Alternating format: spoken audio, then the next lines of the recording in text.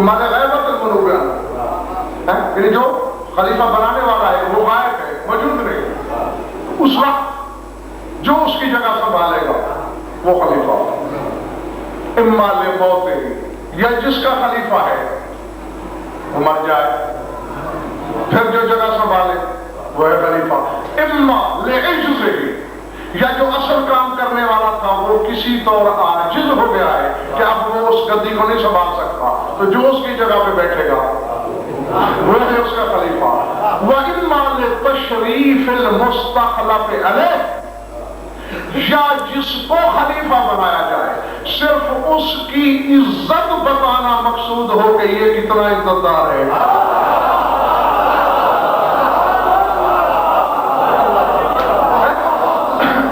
وہ کہتے ہیں دنیا والوں بس تم سمجھ لو نہ اللہ غائب ہو سکتا ہے کہیں کہ اس کی جگہ خالی ہو تو کوئی گھیرے، نہ اللہ کو موت آ سکتی ہے، نہ اللہ کو عاجزی گھیرتی ہے، من حوض الوجہ الاخیر استخلف اللہ اولیاءہ فی الارض، اللہ نے اپنے جتنے ولیوں کو خلیفہ بنایا ہے صرف ہم جیسے عاجزوں کو یہ بتانے کے لیے کہ یہ اتنا صاحب عزت ہے کہ اگر میں نہ ہوتا تو میری جگہ یہ ہوتا۔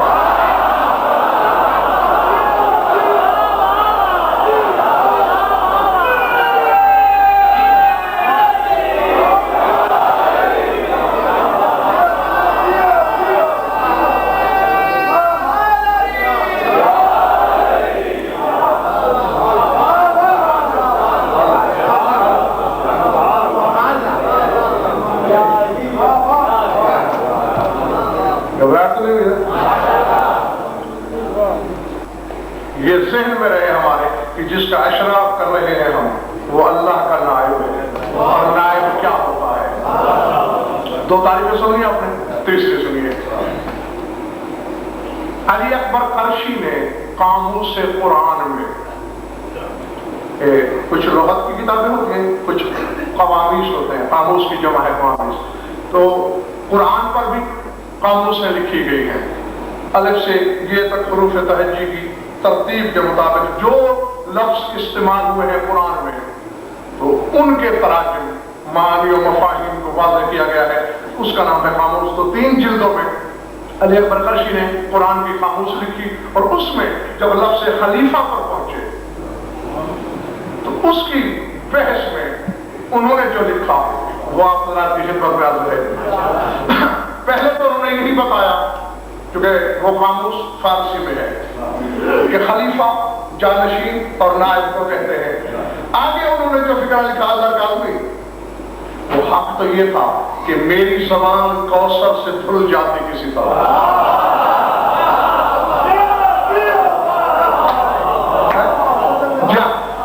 اور تمہارے دل میں اس وقت خود قائم کا نور اترا تھا، اور پھر میں یہ تعریف پڑھتا تو حق ادا ہوتا۔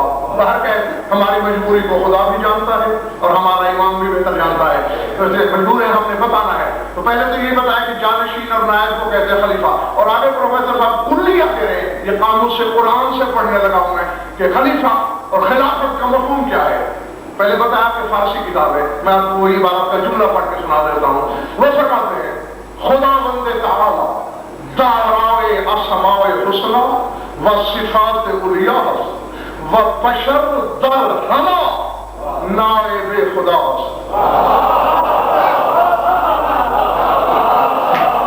جو تو پہنچ گئے وہ میری طرف سے داد لے لیں، میں انہیں واہ کہتا ہوں، اور جو نہیں پہنچے وہ سر اٹھائیں میری آنکھوں میں آگے ڈالیں۔ وہ کہتے ہیں اللہ کے اسماء حسنی بھی ہیں اور بلند و بالا صفات بھی ہیں، اور آگے کہتے ہیں جتنے نام ہیں اللہ کے اور جتنی صفتیں ہیں، ہر انسان اللہ کی ہر صفت اور ہر نام میں اس کا نائب ہے۔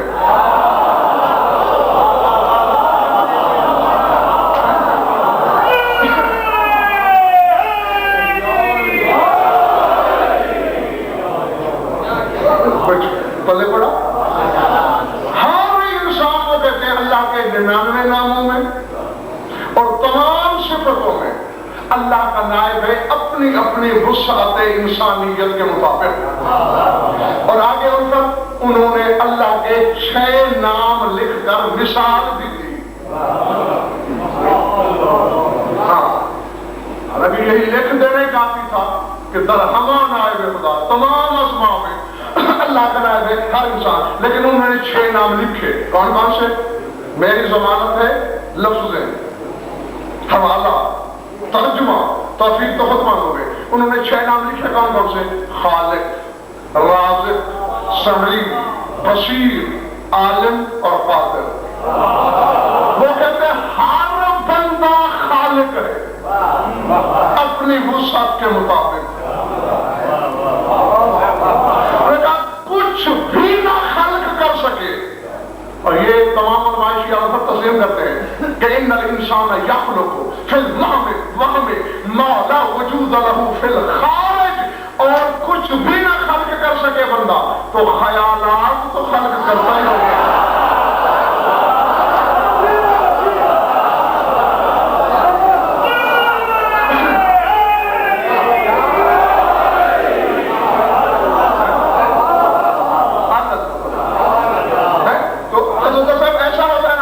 میں نے بیٹھے بیٹھے سوچا کہ آج میں 20 کنال میں ایک کوٹھی بناؤں ایسی ہو. وہ جب وہ ایسی سوچوں گا نا تو میرے ذہن میں ایک نقش آئے، وجود آئے گا نا. وہ یہی تخلیق ہے. وہ کہتے ہیں ایک کوزہ گر کوزہ بنا رہا ہے، وہ بھی اس کی خالقیت کا مظہر ہے، جزوی صحیح. کوئی کھڑا بنا رہا ہے، کوئی تصویر بنا رہا ہے، کوئی شعر خلق کر رہا ہے، یہ سارے خالق ہیں.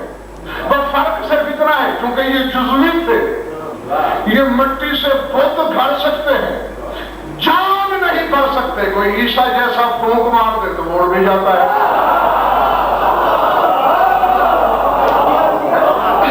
اب یہی سوچنا کہ جب ہم جیسا ناکارہ بشر اس کے اسماء میں اس کی صفات کا نائب ہو سکتا ہے، اور جسے اللہ نے کہا ہو کہ ھذا خلیفتی،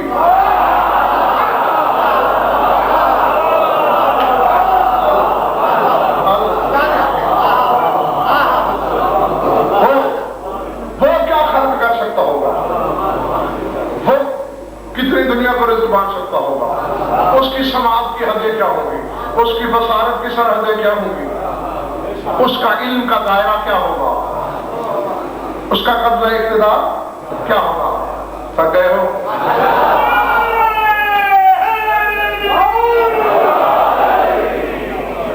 کتنے معنی بتائے منظر میں نے؟ حوالہ کتنا تھا؟ 3 ٹھیک ہے نا؟ 4.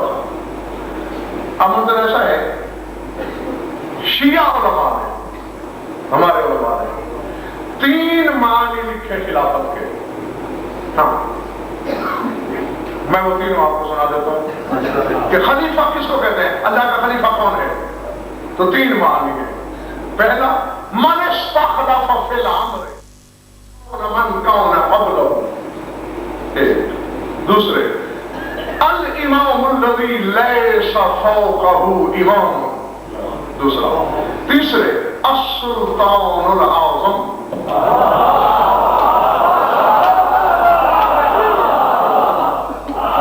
اللہ.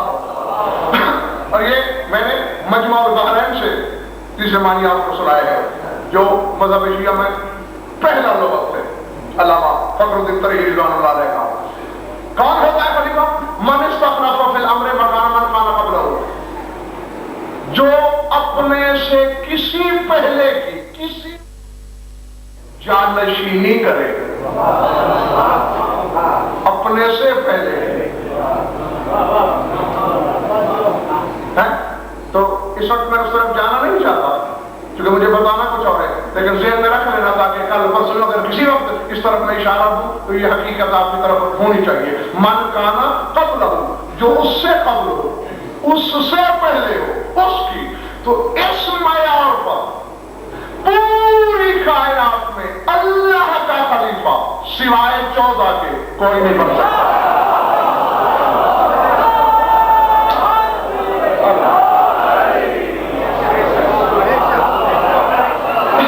کیونکہ اگر شاید صرف یہ 14 ہی ہیں جن سے قبل، جن سے پہلے اللہ ہے.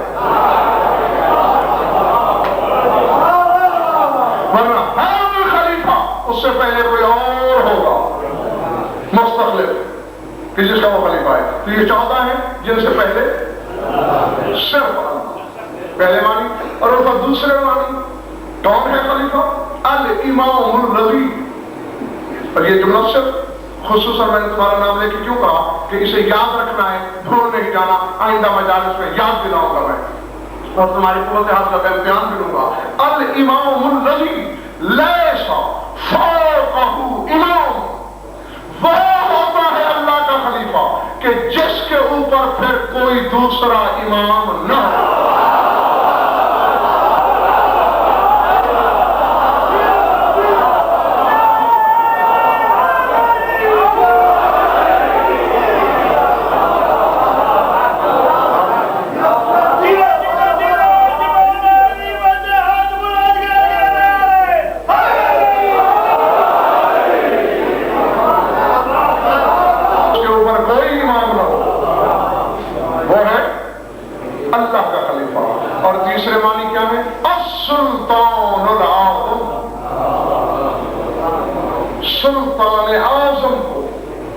امام کہتے ہیں، خلیفہ کہتے ہیں. اس کے لیے تخت ضروری نہیں، سلطان کے لیے تخت ضروری شاید ہو، وہ بھی شاید کہا ہے میں نے ذرا، وہ بھی شاید. لیکن سلطان اعظم کے لیے تو تخت کی حاجت ہے ہی نہیں. اسی لیے تو قرآن میں میرے مولا کو اللہ نے کہیں ملک نہیں کہا، ملک بادشاہ کو کہتے ہیں. علی کو جب بھی اللہ نے قرآن میں کہا ہے ملیک کہا ہے، فی مقعد صدق عند ملیک مقتدر. اور اسی لیے جناب خدیجہ الکبریٰ کا لقب تھا ملیکۃ العرب.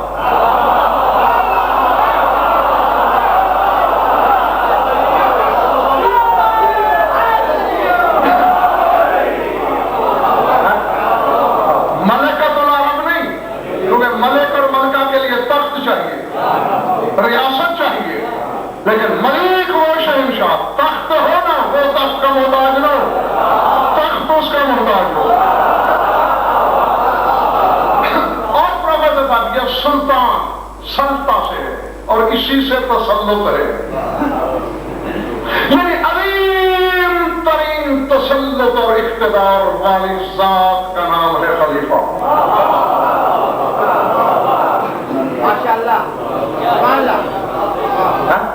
اگر آپ حوالہ بھی سن لو اور میری یہ تائید بھی ہو جائے گی. علامہ محمد کاظم قزوینی اللہ مقامہ تمام معصومین پر انہوں نے کتابیں لکھی ہیں، تمام معصومین پر. اور لکھی اس طرح سے ہے جس معصوم پر لکھی ہے اس کا نام لے کے من المہد الی اللحد، کہ یہ امام گہوارے سے لے کر قبر تک کیا تھا. اس نے میرے امام زمانہ پر بھی کتاب لکھی اور اس کا نام ہے الامام المہدی من المہد الی الظہور، کہ میرے مولا گہوارے سے ظہور تک کیا ہے. تو اس میں مولا کے خطبے کی شرح لکھتے ہوئے، کیونکہ 6 خطبے ہیں مولا کے کتابوں میں، 1 طویل اور 5 چھوٹے، اس میں کچھ درمیانے کچھ بہت چھوٹے. تو ایک خطبے کی شرح لکھتے ہوئے کہ مولا فرمائیں گے انا خلیفۃ اللہ. اب بظاہر حضرت شاہ جی یہ کتنا عام سا لفظ نظر آتا ہے، میں اللہ کا خلیفہ ہوں، بس ہم زبان توجہ نہیں کرتے اس لفظ خلیفہ. تو دیکھیے کہ یہ عالم اس کی تشریح میں لکھ کیا رہا ہے. میں نے کہا جاگو، اتنی بڑی ذات لا حد حدوں تک بے حد انداز میں حکمرانی کرنے والا سلطان ازل کہہ رہا ہے میں خلیفۃ اللہ ہوں. اگر اس میں کوئی بات باعث عزت نہیں تو قائم نے کہا کیوں ہے؟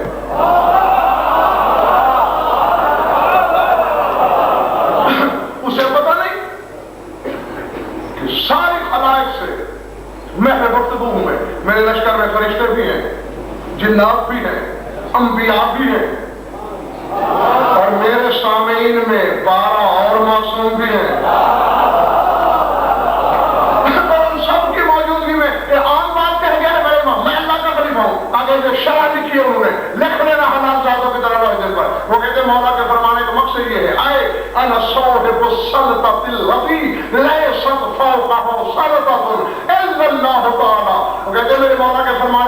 یہ ہے میں اس اقتدار کا مالک ہوں کہ جس کے بعد ویسا اقتدار سوائے اللہ کے کسی کے پاس نہیں.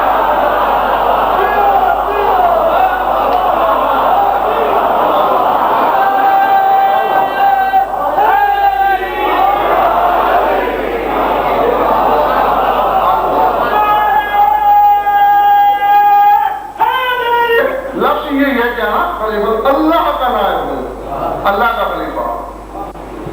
اور آنے والی مجالس میں یاد دلاؤں گا جو ابھی میں نے اشارہ دیا ہے کہ سوائے ان کے اللہ کا خلیفہ کوئی نہیں ہے. بڑے بڑے صاحبان اقتدار و وقار خلیفے ہیں. میں یہ کہا ہے نا کہ آج مجھے موضوع سے نہ ہٹاؤ کیونکہ میں آج صرف تشخیص کرنا چاہ رہا ہوں مفاہیم خلافت کی. پھر کل کی بحث میں بتا دوں گا، پرسوں کی بحث میں بتا دوں گا، پرسوں بتا دوں گا کہ باقی کیا ہے اور یہ کیا ہے اور دونوں کی خلافت میں فرق کیا ہے.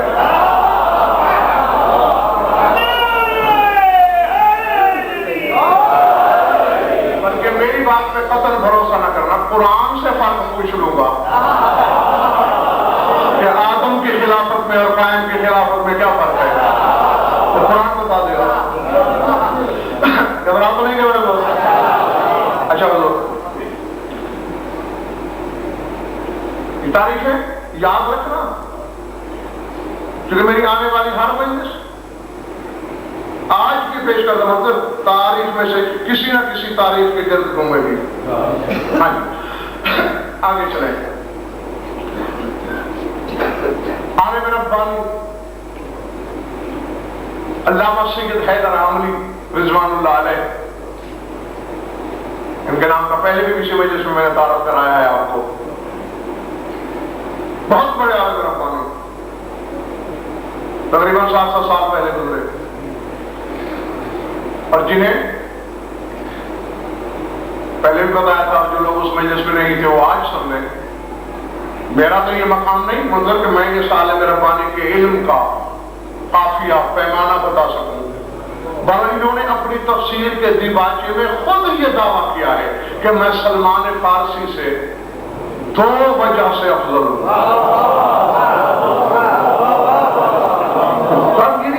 اس دعوے کی حقیقت کیا ہے میرا علم نہیں اتنا، میں اعتراف کرتا ہوں، لیکن مجھے کیوں نہیں یہ گھمنڈ آتا کسی اور عالم کو اس گھمنڈ نے کیوں نہیں کیا. آخر جس نے دعویٰ کیا ہے اس کے اندر کچھ بولتا ضرور ہے. بہت بڑے عالم ربانی ہیں اور ان کی جو تفسیر ہے شاہی یقین مانیے بڑے بڑے فقط عبارت نہیں پڑھ سکتے کہ جائے کہ مفاہیم کو سمجھنا یا تشریح کرنا. ان کی تفسیر کا نام ہے المحیط العظم. تفسیر محیط العظم میں اقسام خلافت پر بحث کرتے ہوئے پروفیسر صاحب انہوں نے جو خلیفہ کے معنی بتائے، اگر میرا مجمع چاہے تو میں عرض کروں.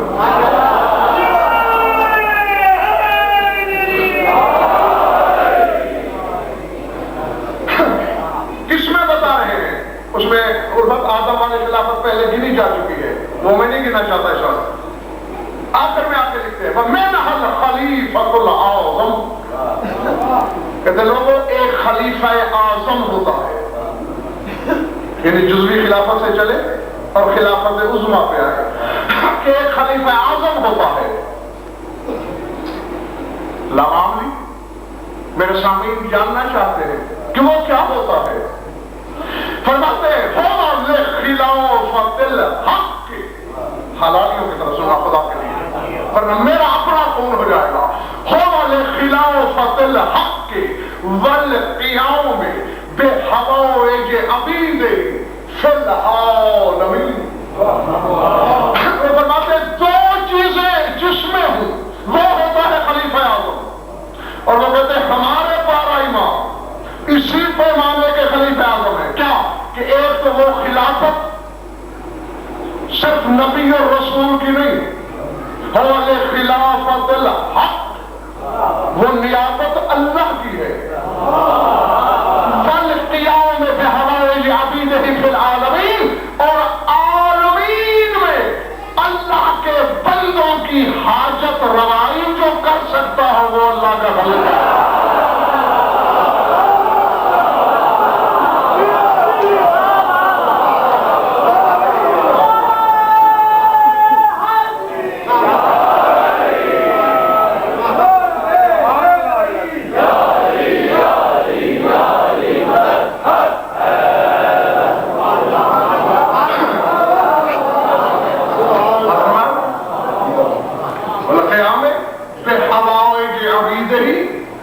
پھر دنیا نہیں فی العالمین. عالمین کا جو حاجت روا ہو وہ ہے خلیفۃ اللہ، اور عالمین الفت کیا ہے؟ الحمدللہ ہے.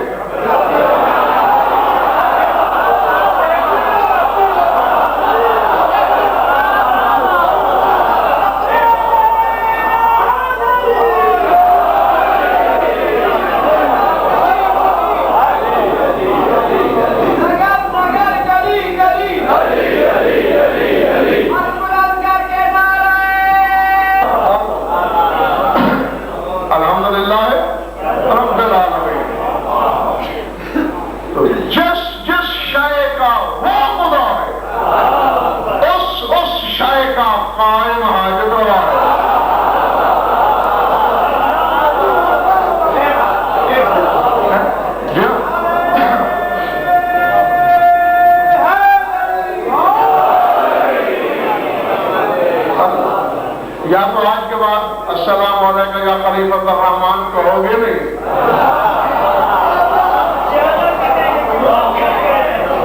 اور اگر کہو گے تو پھر مودت کا نشہ ہی کچھ اور ہوگا. پھر اس کے معانی و مفاہیم بھی آپ کے سامنے ہوں گے کہ ہم کس کو سلام کر رہے ہیں. ہاں جو مانتے ہیں وہ تو کہیں گے نہیں، حاضر مان کر بھی درغام. بات تو یہ ہے نا، اگر جو پڑھ رہا ہے السلام علیکم یا خلیفۃ الرحمان حاضر مان کے پڑھ رہا ہے، لیکن پڑھنے والے کو بھی یہ خبر نہیں کہ میں کس منصب کے حوالے سے ہو رہا ہوں. تو آج کے بعد جب یہ ذہن میں ہوگا کہ اس منصب کی اونچائی کیا ہے، اس منصب کی بلندی کیا ہے، اور میں کس پر سلام کر رہا ہوں، تو پھر وہ لطف کچھ اور ہوگا انشاءاللہ. جو عالمین میں ہم اس پر ذرا ایک دو پروفیسر فیصلے نہ کر رہے، بات تو چلے نکلی اس وقت، تو کرتا چلوں. فرشتے عالمین میں ہیں یا عالمین سے باہر ہیں؟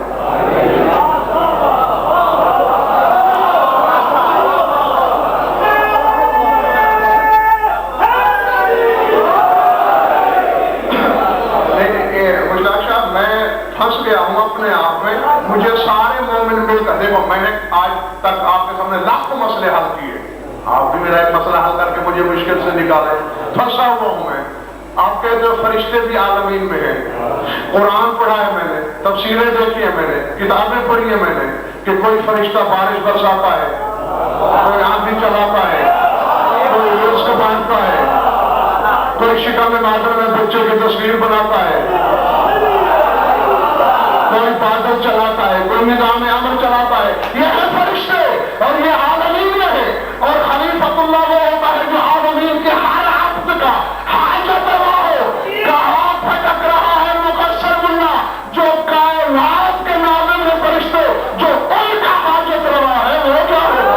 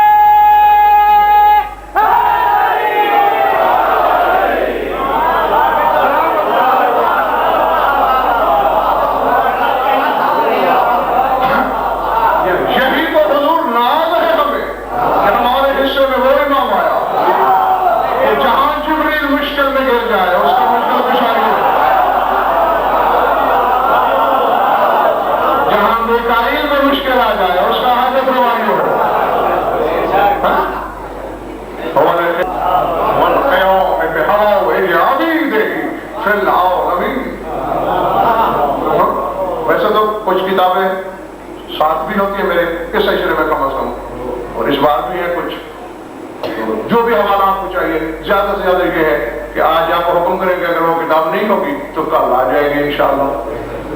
ہاں بالکل آپ کو یہ کھلی چھٹی ہے اور یہ حق ہے آپ کا۔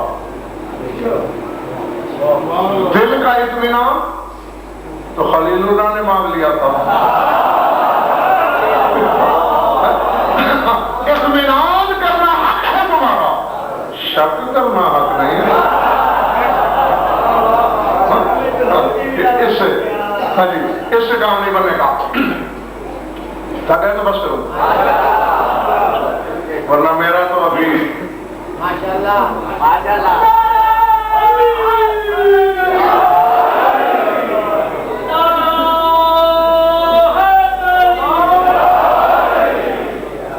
ایک اور مانگے تھا شاہ جی خلیفہ کے، اور وہ کتاب اس وقت بھی ہے میرے پاس۔ علامہ صالح مازندرانی نے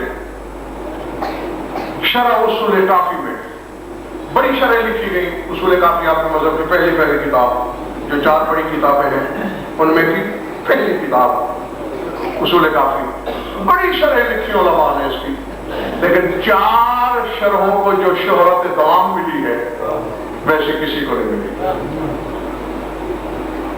علامہ مجلسی علیہ رحمہ کی میرات العقول فی شرح اخبار آل الرسول، یہ اصول کافی کی شرح ہے، کوئی 10 جلدوں میں۔ علامہ مسلم فیض کی الوافی فی شرح اصول الکافی، اور اسی طرح علامہ صدر المتعلق اللہ صدر علیہ رحمہ کی شرح کافی، اور علامہ صالح مازندرانی کی 13 جلدوں میں شرح کافی، اور تمام علماء رجال کو اتفاق ہے، میں کتابیں دکھا سکتا ہوں آپ کو، تمام رجال کی کتابوں میں جو بھی مازندرانی کے عہد کے بعد رجال کی کتابیں چھپی، تمام میں یہی تسلیم کیا ہے سب نے کہ اگر روئے زمین پر اصول کافی کی کوئی سب سے بہترین شرح ہے تو وہ صالح مازندرانی کی ہے۔ حالانکہ جو میں نے پہلے نام گنوائے وہ کوئی چھوٹے نام نہیں، ہر نام اپنے مقام پر ایک پہاڑ ہے، لیکن اس شرح پہ سب سے زیادہ بھروسہ اعتماد رہا ہے علماء کا۔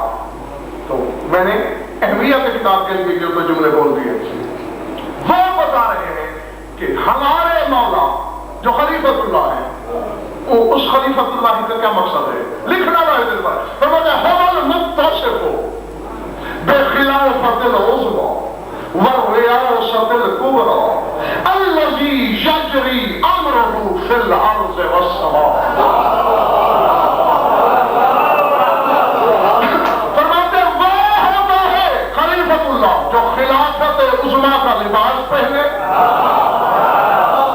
جو کائنات کا رئیس اکبر ہو، الذي يجري أمره في الأرض والسماء، اس کا حکم جیسے زمین میں جاری ہو ویسے آسمان میں۔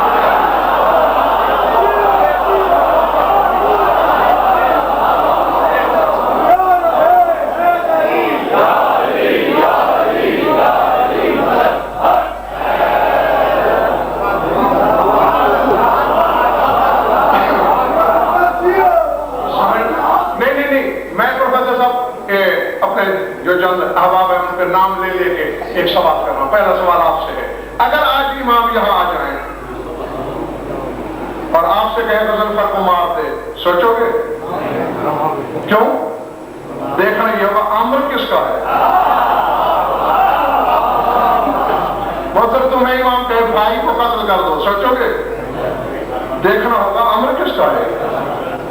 میں کبھی تمہیں کہا جائے بیٹے کو مار دو، سوچو گے؟ یعنی تم خوشی منا رہے ہو کہ چلو میں امتحان سے بچ گیا، تمہیں امام یہ کہیں گے کہ اپنے سینے میں چھری مار رہے، پھر یوں آزمائش ہوگی۔ اور دعا کیا کرو، یہی ہمیں درس دیا گیا ہے کہ امام کی آمد تو مانتے ہو، اس کی آمد کے اثرات کو برداشت کی توفیق بھی مانگو، اور اوپر میرے مولا نے ایسے امتحانات لینا ہے یا نہیں کامیاب ہوں؟ اچھا تو کیوں کہ صاحب امر وہ ہے، بغیر وجہ سے کہ کسی شخص سے امام کہے بیوی کو طلاق دے دو، خود مر جاؤ، اسے مار دو، رک جاؤ، جھک جاؤ، سر اٹھاؤ، یہ تو ہے اہل زمین کے لیے سوال۔ ایسے زمین کو حکم دے، چکر روک دے، الٹا کر دے، الٹی ہو جا،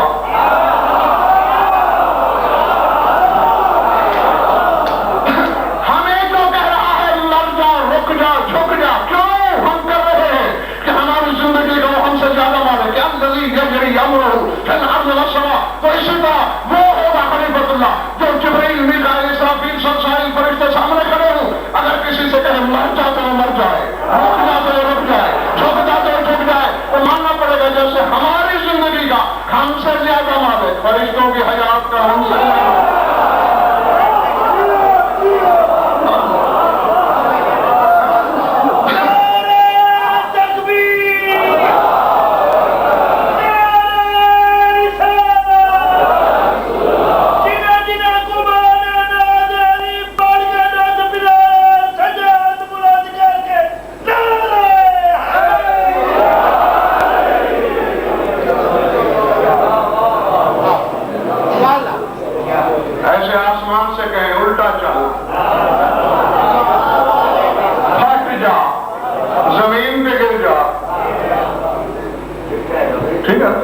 زمین آسمان میں جس کا یکساں امر جاری ہو وہ ہوتا ہے خلیفۃ اللہ۔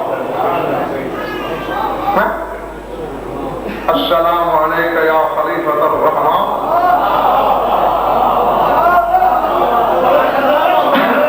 اور خدا کی قسم یہی اس حقیقت خلافت کو مد نظر رکھ کے گھر کی کسی تنہائی میں، حجرے کی کسی تاریکی میں اگر یقین کی آخری حد پہ کھڑے ہو کر کہنا شروع کر دو السلام علیک یا خلیفۃ الرحمن، اور حقیقت خلافت سامنے ہو، یقین ہے مجھے جواب مل جائے گا۔ میرا کام ہے اس کا بتا دینا۔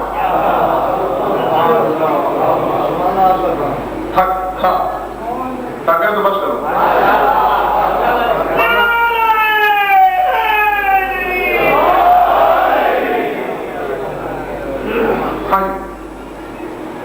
بھولیں گی تو نہیں تعریفیں۔ ایک اور چیز آ گئی میرے سامنے، لیکن وہ تھوڑی سی طویل عبارت ہے اس کے مقابلے میں، کوئی بات نہیں پڑھ دوں، لیکن اس میں اوپر دونوں چیزیں ہیں، تعریف خلافت بھی اور علت استخلاف بھی۔ اور آپ یقین مانیے، اب سب میرے اپنے ہیں، نبوت کے بارے میں بڑی بڑی حسین تعریفیں پڑھی تھی میں نے، لیکن خلافت سے متعلق اس سے زیادہ خوبصورت تعریف اور علت نہیں، یعنی ایک انداز بھی تو ہوتا ہے نا۔ مجھے تو بہت اچھی لگی ہے، پسند اپنی اپنی، آپ کی پسند پہ میرا کوئی زور تھوڑی ہے۔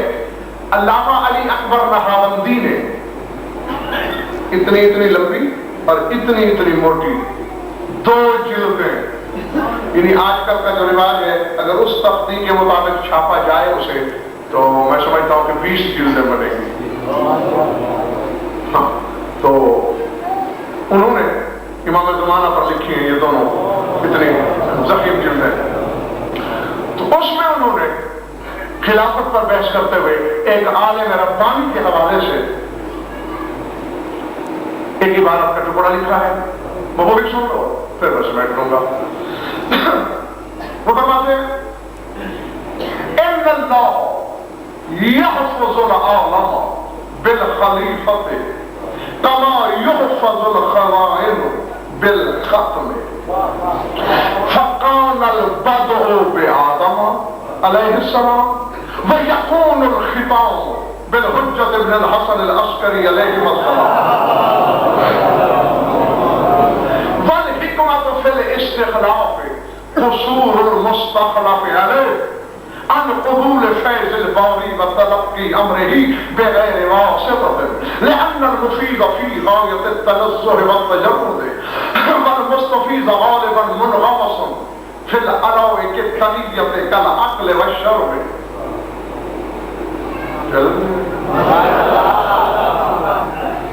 فلا يحصل منه الاستفاضة بغير واسطة ذي جهتين، أي ذي جهة التجرد وجهة التعلق وهو الخليفة. لذا لم يستنبئ الله ملكا، فإن البشر لو يقدر على الاستفاضة منه لكونه خلاف جنسه. ألا ترى أن العظم لما عجز عن أخذ الغذاء من اللحم لما بينهما من التباعد فجعل سبحانه بحكمته بينهما الظروف المناسبة لهما، فإنه يأخذ الغذاء عن اللحم ويعطي العظم، وجعل السلطان الوزير بينه وبين رعيته إذ هم أقربهم إلى قبولهم منه.